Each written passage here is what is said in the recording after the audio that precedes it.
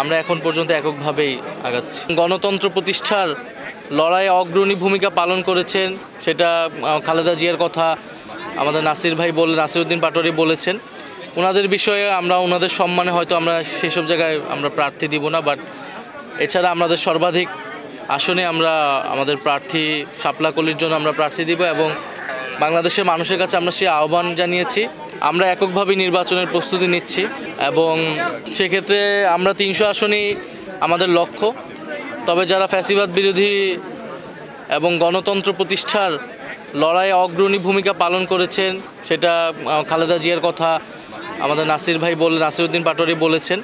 ওনাদের বিষয়ে আমরা ওনাদের সম্মানে হয়তো আমরা সেসব জায়গায় আমরা প্রার্থী দিব না, বাট এছাড়া আমাদের সর্বাধিক আসনে আমরা আমাদের প্রার্থী শাপলা কলির জন্য আমরা প্রার্থী দিব এবং বাংলাদেশের মানুষের কাছে আমরা সেই আহ্বান জানিয়েছি।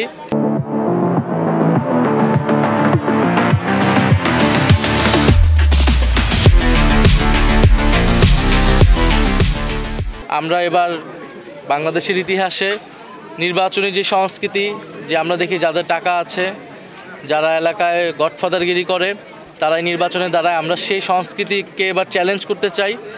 বরং এলাকার যে গ্রহণযোগ্য মানুষ, সাধারণ মানুষের পাশে যাকে পাওয়া যায়, একজন সাধারণ খেটে খাওয়া মানুষ থেকে শুরু করে এলাকার যারা শিক্ষক রয়েছেন, ইমাম রয়েছেন, গ্রহণযোগ্য সামাজিক নেতৃত্ব রয়েছেন, তাদেরকে আমরা জনপ্রতিনিধি হিসেবে সংসদে দেখতে চাই। তো আমরা সেই উদ্দেশ্যে কাজ করছি। আর সমঝোতা বা জোট বা এটা আমরা বলেছি, এটা অবশ্যই একটা রাজনৈতিক বা আদর্শিক জায়গা থেকে হতে পারে। যদি সেরকম কোনো সম্ভাবনা তৈরি হয়, যেমন জুলাই সনদের বিষয়টা আছে, জুলাই সনদে এই আমাদের যে সংস্কারের দাবিগুলো আছে, এই দাবিগুলোর সাথে যদি কোনো দল ঐক্যবদ্ধ বা সংহতি প্রকাশ করে, সেক্ষেত্রে আমরা জোটের বিষয়টা হয়তো বিবেচনা করব, বাট আমরা এখন পর্যন্ত এককভাবেই আগাচ্ছি। আমরা এই মাসের 15 তারিখের মধ্যে আমরা হয়তো আমাদের প্রাথমিক একটা তালিকা আমরা প্রকাশ করব।